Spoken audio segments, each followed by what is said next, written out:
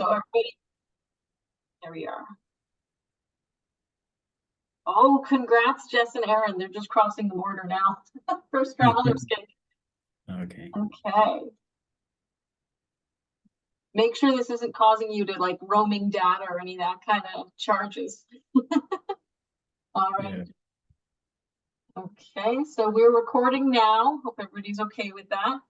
So my name is Kat Ann. This is our first little webinar for the group, and it makes sense to do it about something heavy like taxes, because it's not exactly something you can just write a little article about and then everybody's good. And so with us today, we have Karan Narang of PPATax. And I guess any questions, you don't need to raise your hand or anything like that. Maybe just wait till the end. And if you can't get your question in or you have to leave or anything like that, you can always feel free to email Karan, or we're probably going to have more of these tax webinars, so you can probably just wait to the next one if it's not a pressing matter. I think that's it for housekeeping. And then, yeah, just in terms of anybody who's recently joined us, if you can keep your mic muted, video or not video, up to you. But if the mic could be muted, that'll just help with any background noise. Yeah. Take it away, Karan. Thank you so much, Kat. It was a nice introduction. My name is Karan Narang. I think Kat already mentioned I'm a CPA licensed in the state of Michigan. I own a practice with the name of PPATax.com. We are a cross-border tax firm, primarily dealing with cross-border tax issues and majority deal with health workers who are working on both sides of the border, either sides of the border. And yeah, it's been almost a decade that we are helping our clients.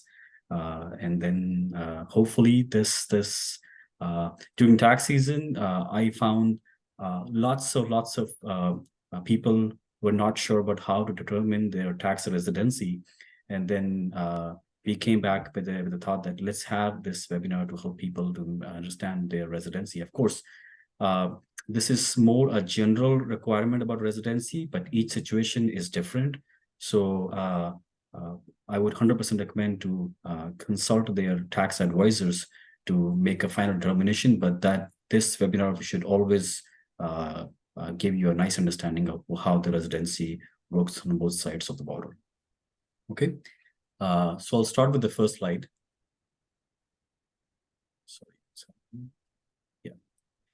So the tax residency in both sides of the border is pretty crucial because that determines what kind of income is taxable.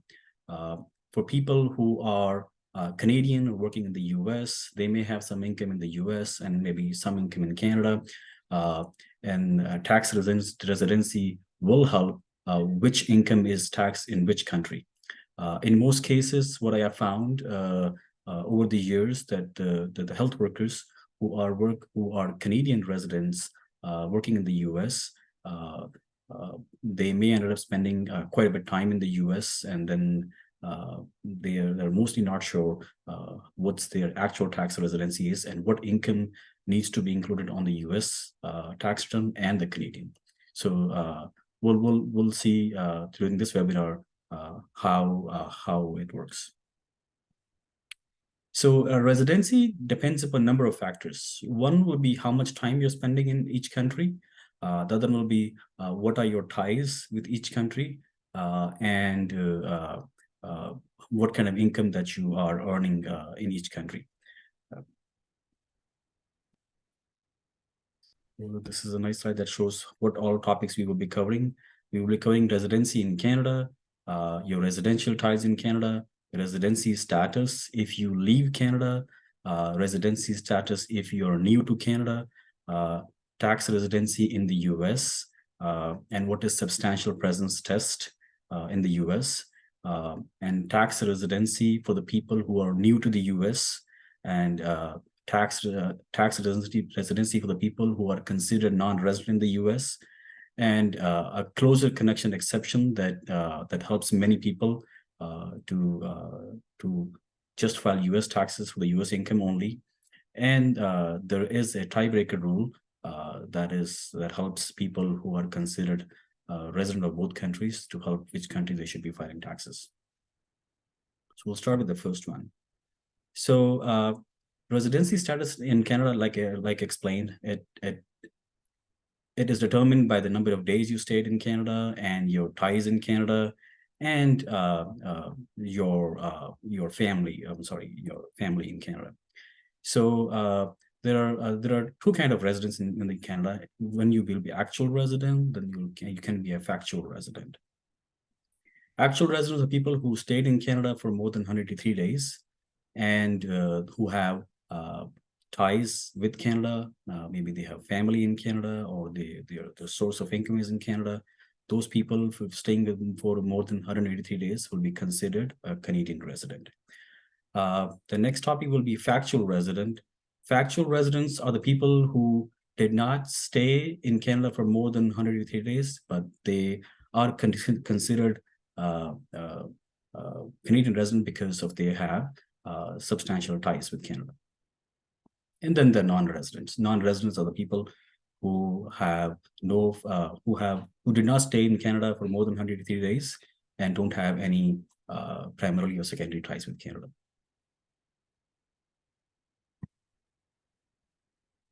So what are the residential ties in Canada?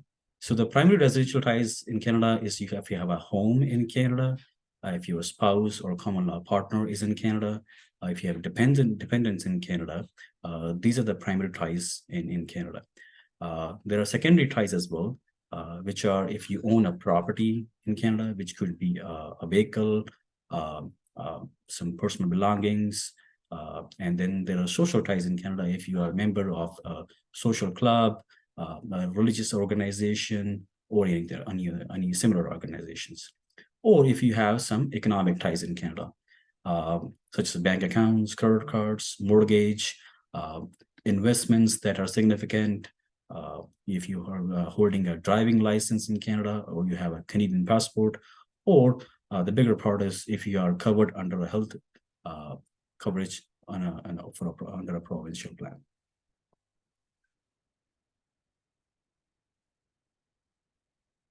Now, the next topic is how to determine residency status if somebody has left Canada. So people who have left Canada, who are staying in the US or any other country temporarily or for some time or on an assignment, they may be considered a factual resident if they have what do you call it, some residential ties with Canada. That could be if, let's say, if you're working in the US or any other country on a temporary assignment, which I do see with lots of health workers, because sometimes they get a contract for a couple of weeks, couple of months, and then they ended up staying in the US for some time.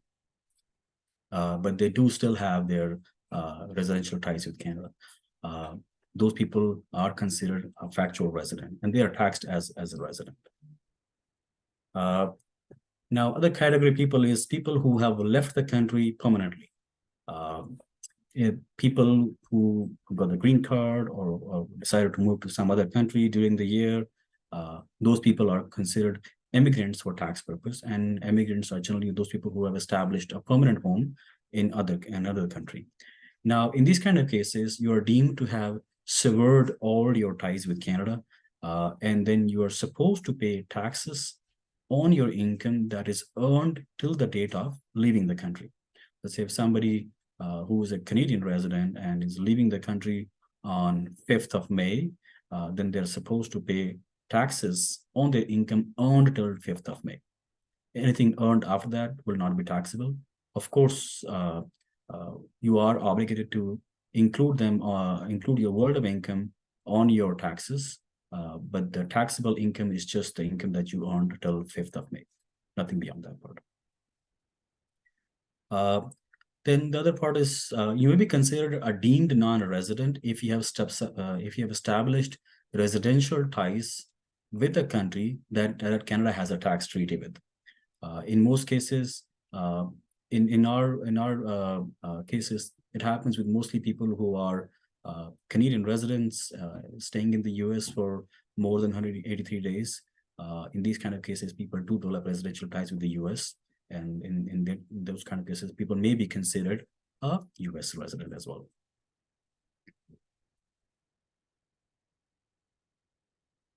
Now, residency status for the people who are new to Canada.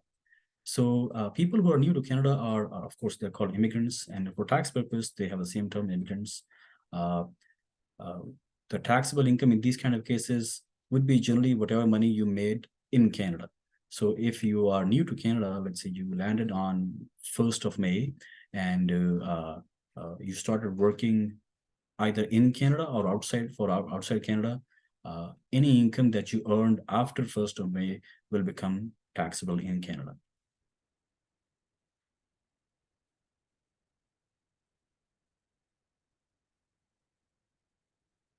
The next slide. Now we'll move to the tax residency in the US, how the tax residency is determined in the US. So if you're not a US citizen or a green card holder or a person who is permanently admitted to the US, you may need to, there are two kinds of tests that you may have to run. It's called substantial test. Either you meet, I'm sorry, if you're a green card holder, of course, you meet the US tax residency, but the other test is substantial presence test. So if you're substantially present in the US, you would be considered a US resident for tax purpose.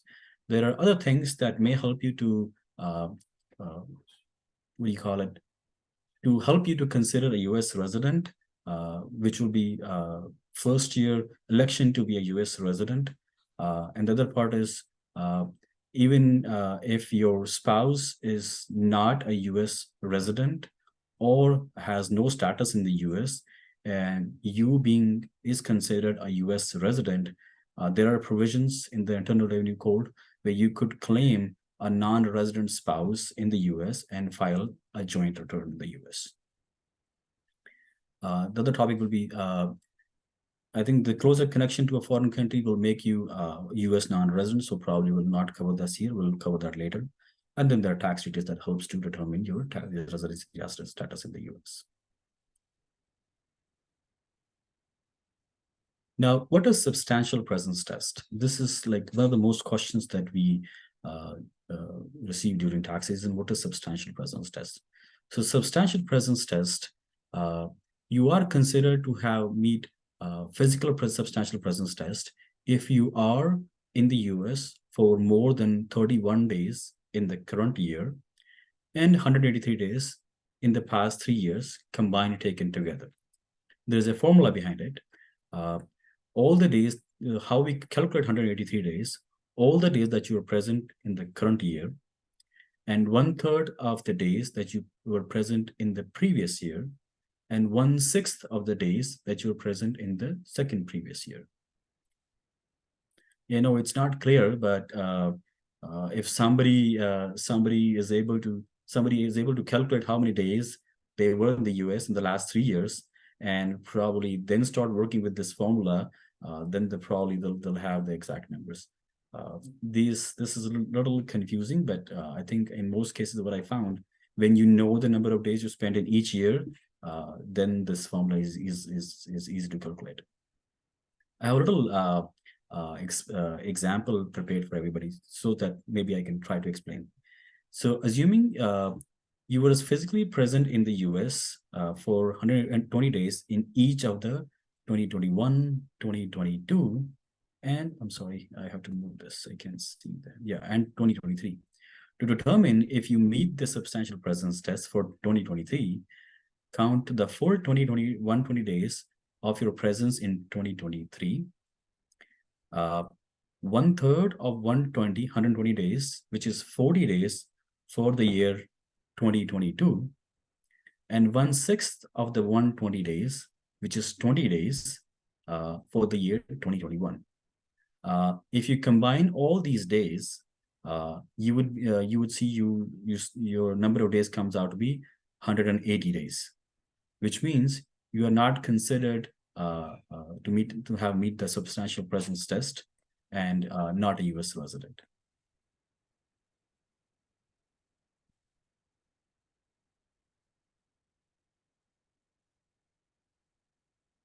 Now, there is a first year election. So it's mostly for the individuals who who have not met the substantial presence test, but they intend to stay in the US maybe for a longer term. Taking the same example, previous example, where 120 days example, where the individual stayed in the US for 120 days in the previous year, in 2023. Now, in how it works in the first year tax residency, if you are able to meet the substantial presence test in the year 2024, you can file a first year election where you can be considered a tax residence for 2023 as well. It's a little tricky to kind of get an idea about it, but let's say if you were in the US, you landed in the US, and you landed in the US in November 1st, 2023. And by end of 31st December, you were in the US for approximately 60 days. Okay. Now, from January 1st to, let's say, till probably the whole of 2024, you plan to stay in the US. Now, by filing a first year election, you can choose to include your current year days, which is 2024 days, into your substantial present test calculation, and then you can meet the first year choice for tax resident in the US.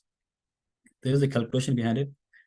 So if you do not meet either the green card test or substantial presence test for the current year or the prior year, or you do not choose to be treated as a US resident for the part of the year, but you meet the substantial presence test in the following year, which is current year 2024, you can choose to be treated as a US resident or for the part of the current year 2023 and be taxed as a dual status individual for the current year.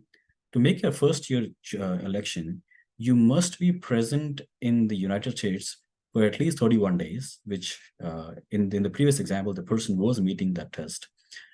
Be present for at least 75% of the days following the 31-day period, beginning in the first day of the 31-day period and ending the last day of the current year. For the purpose of this 75%, you can treat up to 5 days of absence from the United States as days of absence in the United States. So you can be absent for up to 5 days during that whole stretch where you're meeting the presence test. When counting the number of days as in number 1 and 2, do not include the days that you were present in the US as an exempt. Exempt individual probably is a rare term that applies, but don't worry about this for now.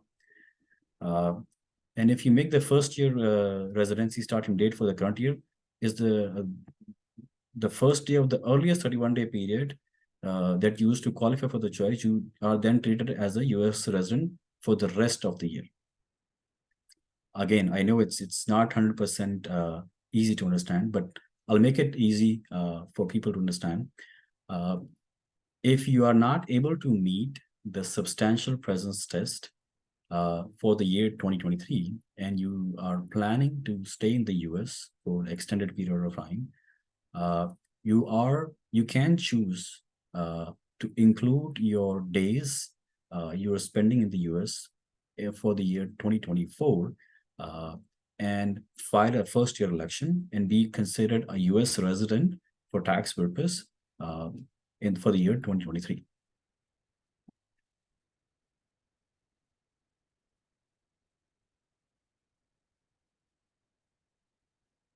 Now, treating non-resident spouse as a resident. Like I explained some time ago, that you are,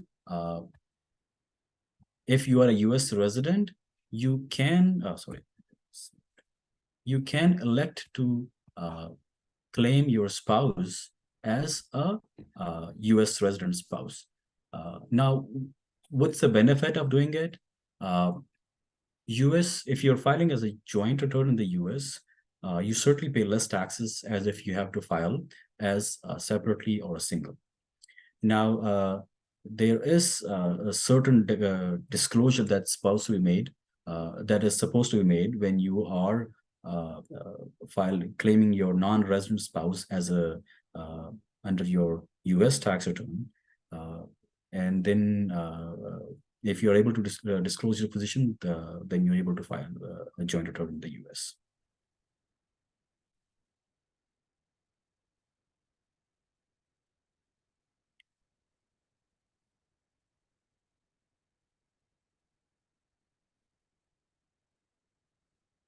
Now, many times people come in a situation where they stayed in the US for more than 31 days in the current year, and they also meet the substantial presence test for previous 2 years as well.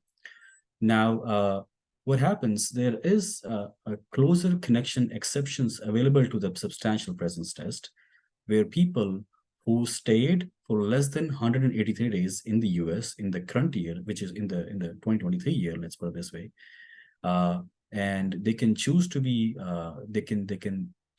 to file as a non-resident in the US if they have stayed in the US for less than 183 days in the current year, which is 2023 tax year.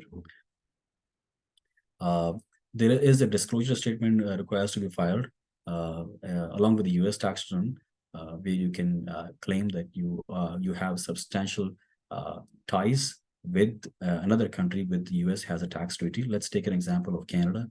So if you have substantial ties with Canada, let's say if you have a house in Canada, you've got family in Canada, or if you have more economic ties with Canada, but you ended up staying in the US for more than 31 days and less than 183 days in the US, but you otherwise meet the substantial presence test, you can choose to file a closer connection exception and file US return as a non-resident and claim only US income on the US return.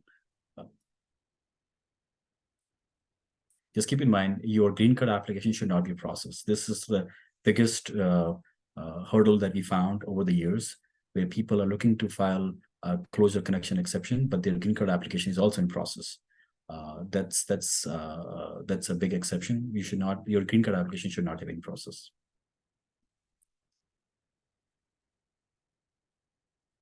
Now, many times we come across situations where people are if you follow these provisions, you may see yourself being a tax resident of both countries. Let's say if you stayed in the US for more than 183 days, or maybe you meet the substantial presence test. And then you also have family or house or all kind of ties with Canada, which probably happens with most people. Now, in these kind of cases, US-Canada tax treaty will help. Now, the tax treaty kind of provides a hierarchy of how you can determine your tax residency. The primary factors includes your habitual abode, your personal ties, your economic ties, and the country of which you are a citizen.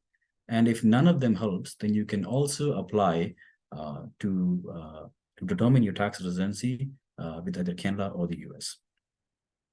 Now, one of the basic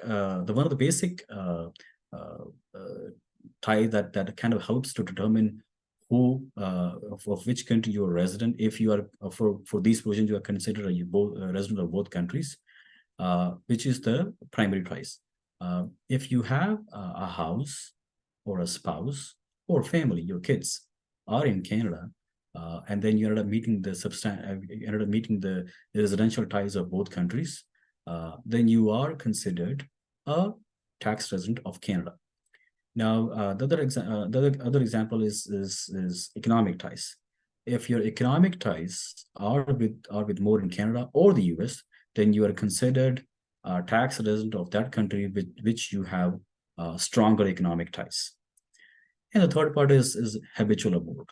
Habitual abode is no clarity on what is habitual abode, but in most cases considered where your actual house is, where you mostly reside. Even if you have a house in both countries, if you are staying more time in the US, then you are considered a US resident. And if you are spending more time on a Canadian house, then you're considered a Canadian resident. Now, even if let's say if you have a habitual abode in both countries, and you have personal ties in both countries. Let's say if I have two kids, one is in the US and one is in Canada, then I got primary ties in both countries. If I see if there are situations where people have both jobs, maybe they're working sometime in the US and sometime in Canada, then the economic ties are in both countries. Now, in these kind of cases, the other determining point is your citizenship. So if economic and personal ties are not helpful to determine your tax residency, the citizenship comes into picture. So if you are a US citizen, then you are considered a US tax resident. If you are a Canadian citizen, then you are considered a Canadian resident. If you're not able to determine your residency based upon habitual vote or personal economic ties. Let's say if you're a dual citizen. I mean, there are so many people who are dual citizens. In these kind of cases, the recommendation is to reach out to the competent authority in Canada or the US and file the necessary forms to determine your tax residency. In Canada, it's NR 73, and most people, and they're pretty quick in responding about the tax residency.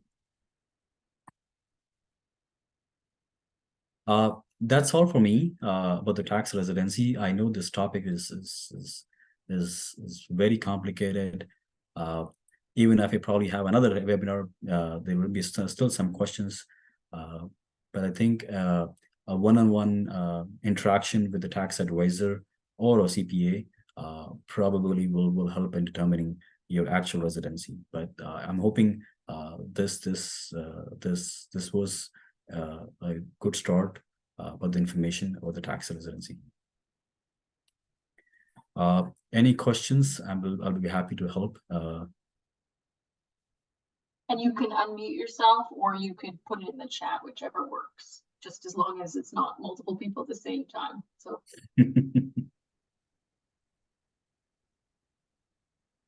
And Karan, would you be okay if the question isn't specifically about residency, but maybe a burning question they had about something else? Yeah, 100%. There's no problem. As long as I'll keep it to a generic questions, because sometimes what happens, people go too deep into the question and they end up sharing their personal information, which I really don't want. So right. If you feel the question requires you to share your personal information, probably we can have email communication. Or maybe a chat, whatever works. Mm-hmm. Yeah. All right. Kay, do you have a question?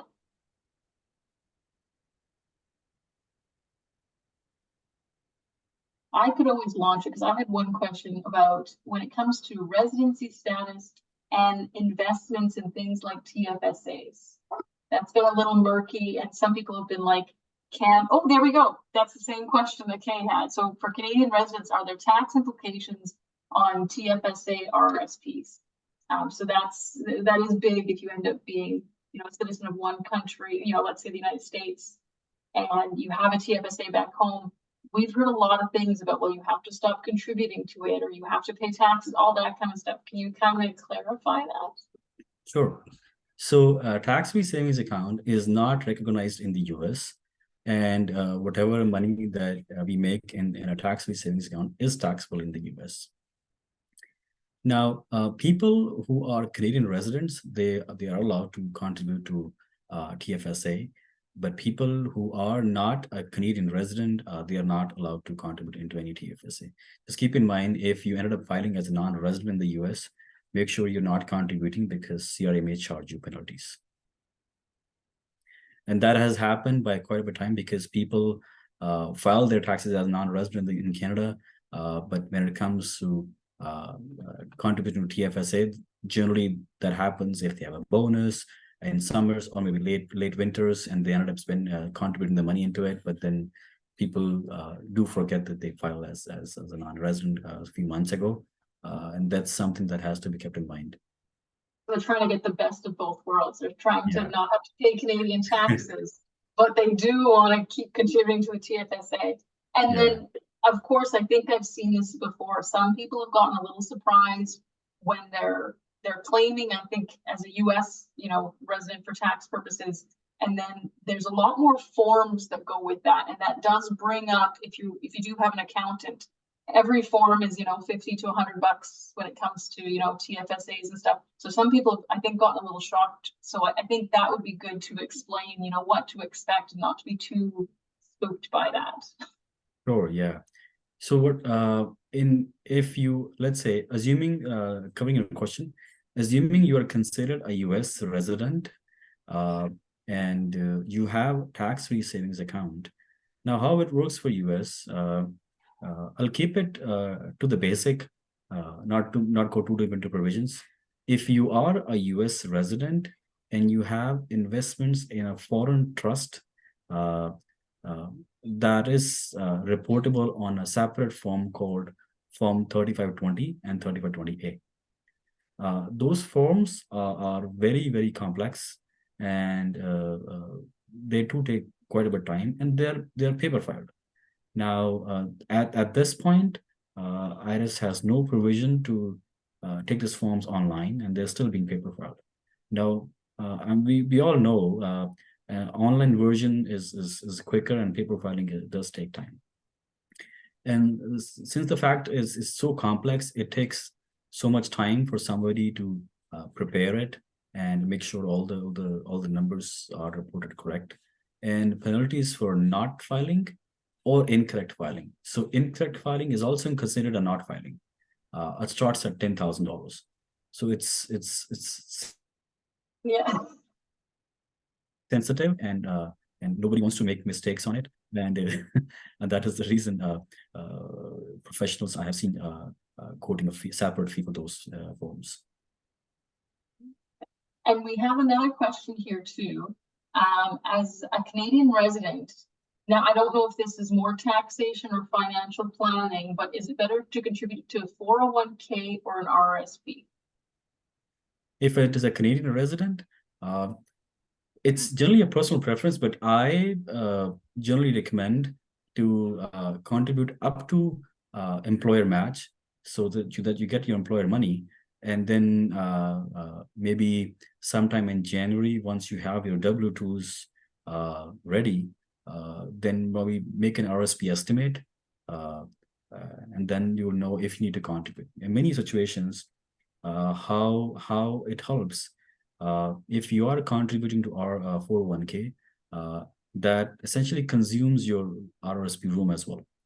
So in a hypothetical world, let's say if your RSP room is 20,000 and you ended up contributing 10,000 US dollars into a 401k, then assuming the exchange rate is 1.3, then that consumed $13,000 of your RSP room.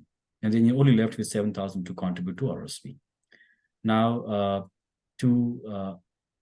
what in most cases, what I observe, people generally start contributing $1,000 or maybe a monthly contribution, so that they can save some money during the tax time, but they forget to notice that they are also contributing to 401k. Now, what happens when the tax time comes? We come across situations where people have also contribute to 401k and RSP, and that has gone beyond the RSP limit. Now, to avoid those situations, we generally recommend to get the contribute up to your employer match, where you get the employer money, and then maybe in January, once you have your W-2s ready, maybe contact your accountant or whoever you help, or maybe yourself, and see how much RSP you need to kind of get the maximum refund or lower your taxes to the maximum possible. Without and penalty. Sorry? Without a penalty. Without the penalties, yes, of course.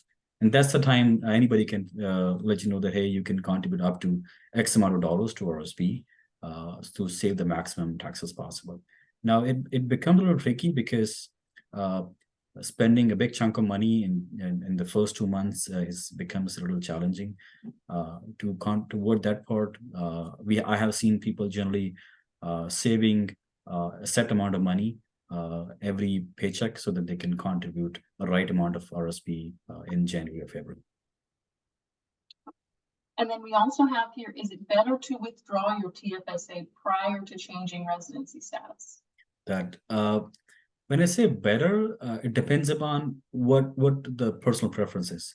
Of course, tax-free savings account do require filing, but some people do have lots of stocks who has appreciated quite a bit.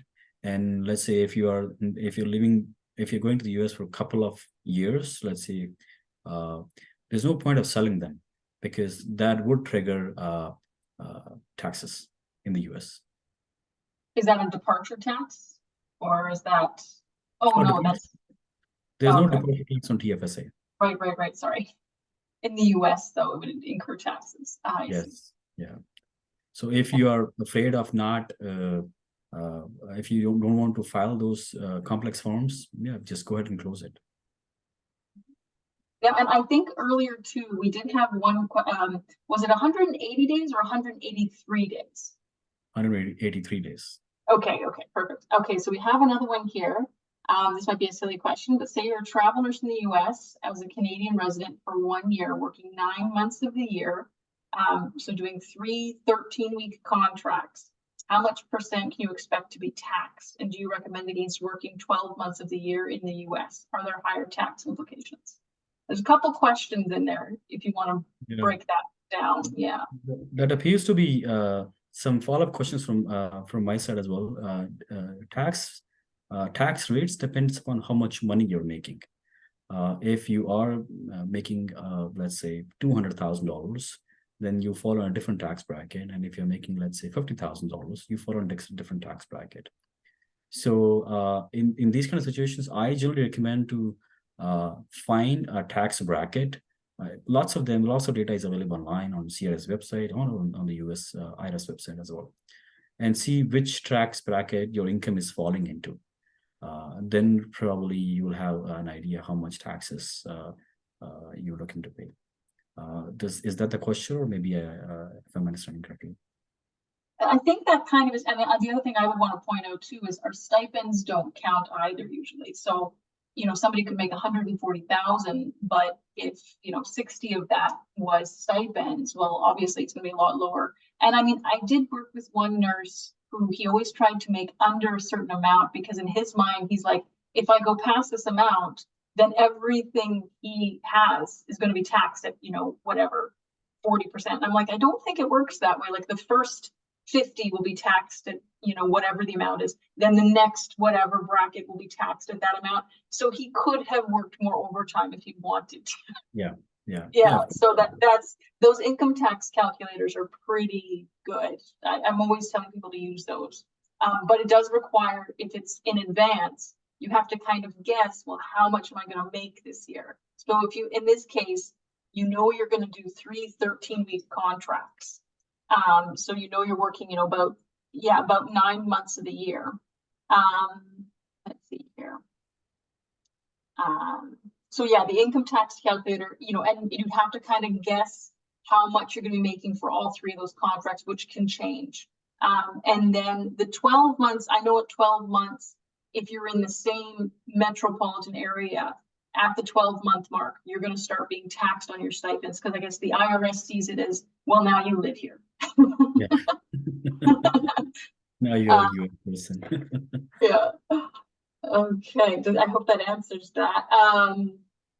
And then here, do you lose the right to OHIP if you choose to file as a US resident?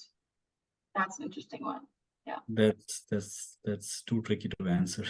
I don't think that's a tax thing. I don't, so for example, there are some people who go down to the United States for school and they'll go down for 8 months. And so you can put in for an extension, but it's not a tax thing. I don't think OHIP is connected with the tax stuff. So it's not, it's kind of like when we talk about, are you a resident of the US or Canada for tax purposes? A lot of people get confused and they're like, well, but I don't want to give up my Canadian citizenship. And it's like, no, it has nothing to do with your citizen. You're still a Canadian. Right. So that's the same thing with OHIP, in terms of health coverage. If you're going to another country, it doesn't have to do with your taxes. Yeah, the OHIP is a little different than taxes. Oh, this is a good one. So then to clarify that, I was just wondering, because you're no longer paying taxes which contribute to OHIP, but that isn't true, is it, Karan? Sorry, say that again. I couldn't hear. So she's wondering with OHIP, if you're claiming, here we go. If you're claiming and you're filing as a U.S. resident, do you lose access to OHIP because you're no longer paying taxes for it? That makes sense? Again, I don't have much information how OHIP works, but on a general note, if you are out of the country, beyond a specific time period, I think you're supposed to surrender, but don't quote me on it. That's my basic understanding. Yeah, I think that OHIP is kind of understanding of things like, you know, a kid going to college for 8 months, and it'll let people do extensions, but only for a certain amount of grace, you know, kind of grace period, and then it cuts you off. Yes. So I think that's where they kind of give you a little bit of leeway for whatever taxes you paid. And then at a certain point, they deem you as gone and no longer covered. So I think that OHIP will extend something like 2 years in total. And then you have to be putting in a certain number of days here. I don't know that they have to be working days. I'll have to put that on my list to dig into that, because that's interesting. Sure. Any other questions? Here, there's one more here. Does Revenue Canada look unfavorably upon a person who stops filing in Canada for a few years due to claiming U.S. residency and then starts filing as a Canadian in subsequent years if they return to Canada? I'm sorry if I understand the correct question correctly. Does Revenue Canada, what was that part? So I guess if the CRA, if you stop filing because you're basically moved to the US for a few years, but maybe you intend on coming back, and when you do come back, does the CRA kind of look unfavorably because you left for a while and now you're back again, but you stopped filing when you were gone? Yeah, that's the ideal way. If you're on all the taxes are based upon residency. So if you are a tax resident for 2023, if let's say if you're not a tax resident for 2023, then you don't file if you don't have any income in Canada. But let's say if you have a tax residency in Canada for 2024, then you go ahead and file it. CRA should not have any objections to it. Okay, and they're not going to wonder why the gap or audit you or review you extra carefully or anything? They may ask questions, but again, if you're non-resident, then you're non-resident. Nobody can deny that. Can they see when you file as a U.S. resident? Like if you just, can they see that you, or they wouldn't have access to that, would they? They do share some information. I have personally not any details what information that's shared, but on top of my fact, I know they share information. Okay. Any other questions? I think the one that we couldn't answer was that OHIP one. That one's, OHIP's its own kind of beast, but I'll kind of dig into that, even if I have to kind of call and ask, because I'm curious about that too. I'm in Ontario as well. Any last kind of questions, or otherwise we can kind of wrap it up, keep it short and sweet. And then I guess Karan wants to do sort of a series on thing, which, you know, I was initially like, yeah, just stick it all in one webinar, but I think we'd be here for like 6 hours, and I think our brains would be mush after 45 minutes of taxes. Of course. I think that's a better if we address questions or maybe share more information over the period, because that helps to kind of dedicate the time for a certain topic. I like that it can kind of sink in for us non-accountant folks. All right, so any last minute questions, or are we okay? If not, I guess we'll wrap up. And then again, if you come up with any question later tonight or anything like that, you can always email Karan. I have your email in the group, so that's the same one. And it's on the webinar event as well, I think, too. So I've posted tons, so it's all over the place. And if not, you can always DM me and I can send you his email too if you're like, oh, I've got a question. Yeah, I think that should wrap it up. And then this is also going to be it's recorded. So if I figure out how to put it onto the group, then it'll be available if you want to go back and review, or if you know another travel nurse who's planning on doing this and is asking you questions, you can just send it to them. Good. Okay, I think that's all for today for us. Thank you so much, Kat, for organizing this webinar, and everybody for joining today. If you come across any questions, I'll be more than happy to help. And we will interact more often over the next couple of months to see how we can help each other. And I Okay. think too, somebody asked a question about incorporating. I'm sure we're going to address that in another one. That Yeah, I one's think going to be, that's there gonna is be popular. one that we are planning for business and self-employed. Yeah, so that one's going to come up. And if not, you can, if you want to know right away, you can email, Karan, or you can DM me and I'll give you his email. Sure. I think that was, yeah, that was one question. Okay, perfect. All Okay. right, you're all free to go. Okay, guys, have a great weekend. All righty.